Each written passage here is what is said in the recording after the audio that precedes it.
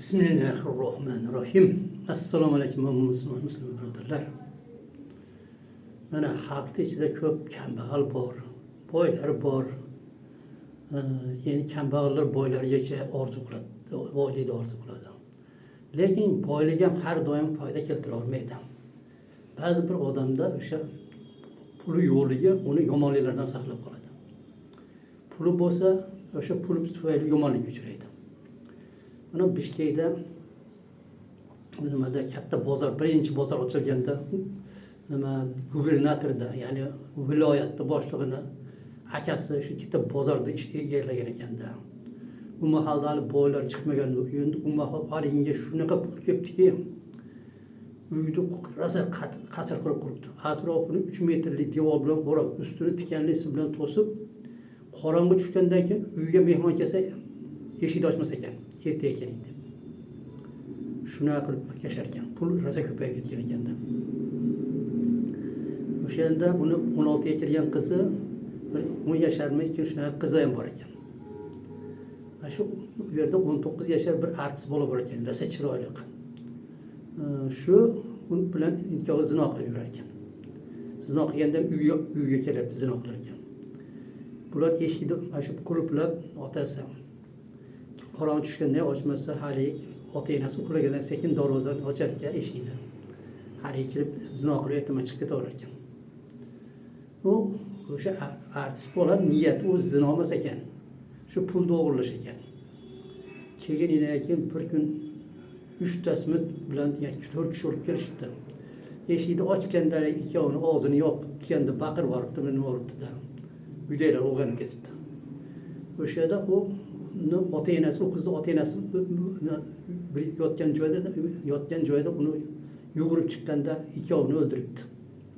O'sha kuni qaqras xotinini nimasi ham kelib qo'ygan ekan. Singlisi, uni ham uchovini o'ldiribdi. O'ldirib ikkita seyfni ko'tarib chiqib ketishdi. Ochishga iloji yo'q. Keyin hali qizlarni ham olib borib nima qilishgan bo'lsa qilishdi. Bir rosa yayrashdi. Keyin seyfni bittasini ochib pulini olish boshlasa, nima qildi? Kiyimlar olishibdi. Keyin o'sha ikkita qizni boshqa bir o'g'ri banditlarga, mana sizlarga nima qilsalar qilinglar, keyin o'ldirib ko'm tashlaylar dedi. Desa haligi bolalar to'xtashib, buni o'ldirib baloy qolmayli deb qo'yib yuboribdi. Qo'yib yuborib, keyin haligi nimani qizlar uyga ketib aytgan ekan, ushabdi. Haligilarchi juda katta pul tashlab olgan ekan. Rosa zo'r kiyimlarni olishibdi. Bir haftadan keyin qo'lga tushganda, bir haftaning ichida ana pul deyman, qolganini olishibdi. Shu bilan gubernatorda akasi ketaveribdi. Qizi endi haligina qolib qoldi endi. Shuni singari mana u nimada haromdan pul to'plaganlarga Allohning balosi kelar ekanda. Juda tez kelar ekan, bilmas ekanmiz biz uni, bilmay qolar ekanmiz. O'sha nima qilib ularni qo'rqitib pulini olar ekan. Ularni mana bilasizlar, puldor bo'lgandan keyin erkak kishi u haligi yosh qizlarga borish tog'lab qolar ekan. 3 ta amaldor ko'rdinglar, u hali yetimxonada qizlarni shu zo'rlab yurishgan ekan, qanchadir muddatda. Endi ular nima qilsa, yolg'iz emas ekan, unaqilar juda ko'p ekan. Faqat o'shalar qo'yga tushib qo'yar ekan. Uni nima chiqarib yubordi desa, bu o'sha nimadagi qatlamdagi boylarga bu yangilik emas ekan. Uni hammasini deyarli qilib yurishar ekan. Shuning uchun ularni ham qamamagan ekan. Va o'zimizga kelgan bu ham deb. Shunday bo'lgandan keyin endi xotinlari ham o'sha harom yegandan keyin ketib qolar ekan.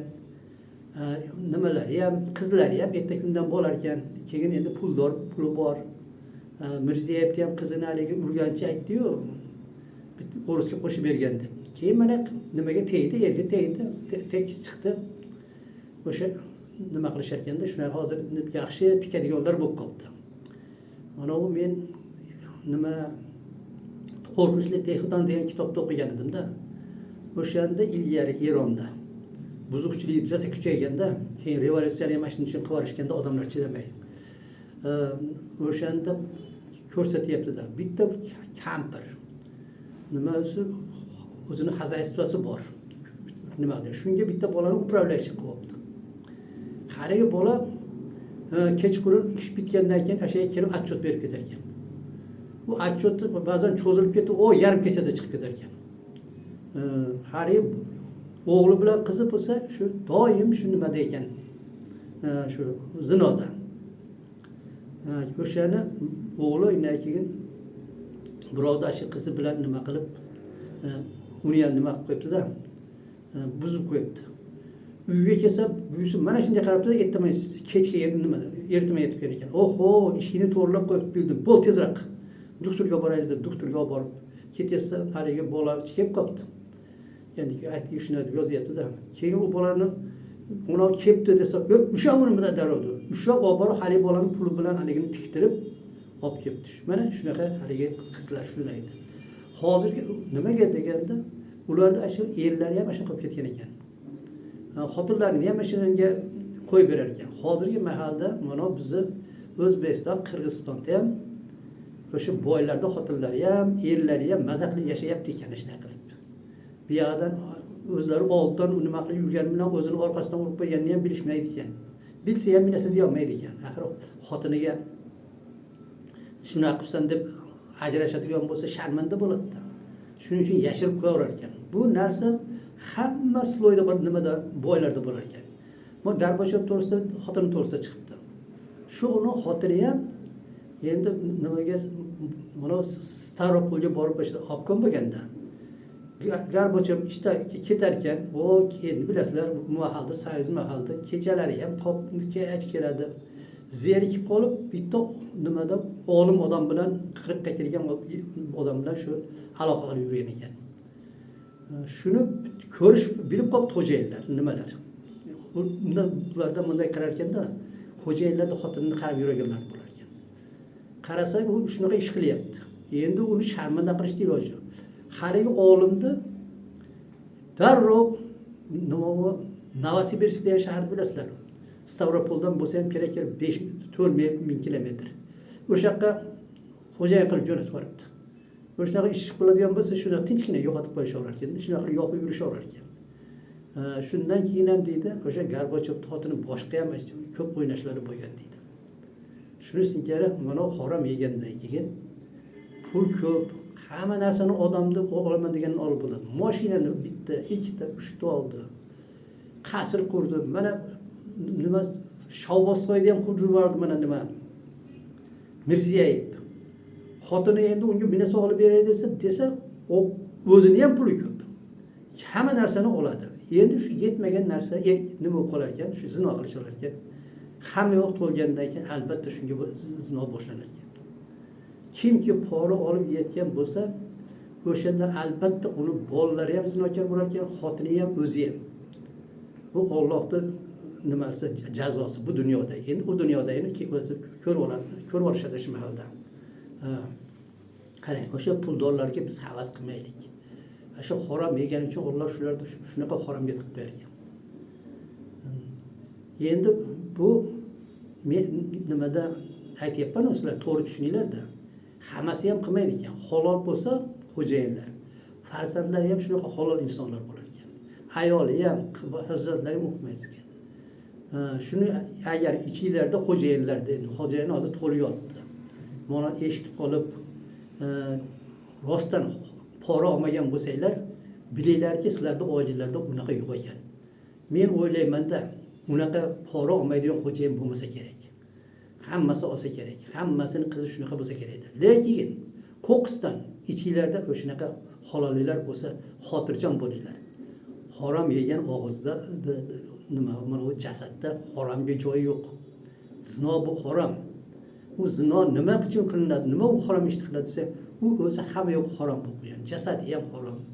Nimasi ham mana u nima deb qo'yadi? Imoni ham zaif bo'lgan. Eng o'sha nimadan shunday odamlar, mana puli yo'q odamlar, qiynalgan odamlarda shu narsani bilib olinglar-da. Buni endi aytmasak bo'lmaydi. O'sha ayollar nimaga birov bilan zino qiladi desang, hozirgi mahalda mana video degan chiqib qolgan. O'shanda minut qilayotganlarni ham ko'rsataverar ekan. Haligini ko'rgandan keyin hali haromxo'r xotin shu qanaqa bo'larkan deb o'ylab qolarkanda, eriga unaqa qilay desa bo'lmaydi axir. Bu shuning uchun o'sha begonaga borganda o'shasini hisobga olib o'sha bilan qilishar ekan. Ko'rdingizmi? Elni haqqini yeganlar qayoqqa borib qolyapti. O'shaning uchun xafa bo'lmaydi. Yesa yebdi. Yeyolmaydi. Ular Qur'onda aytgan, yeydigan narsalar, yemaydigan narsani to'playdi. U o'zi yashamaydigan uylarda quradi. Keraksiz pullar to'plab o'ladi, ketadi. Haligi kalamush nima yaltiroq bo'lsa uyga tashlab ketaverar ekan, shuncha tillalar ham bo'lib qolar ekanmi, shisha bormi, to'plab qo'yar ekan, uni hech narsa qilmaydi. Keyin o'lib ketadi, qolib ketaveradi. Mana bu nimalar ham shunaqa poraxo'rlar, xo'jayinlar ashuna kalamush olib kirib ketgani bilan olib keta olmaydi. Lekin ularning xotiri, uyoq qizlari unaqa zino qilib, nima qilib yomon ish qilmaydi. O'sha kalamushlar ham past odamlar bo'ladi. Shuning uchun mayli yeyishaversin. Qiyomat bor. Qiyomatda javob berishadi. Assalomu alaykum va rahmatullohi va barakatuh.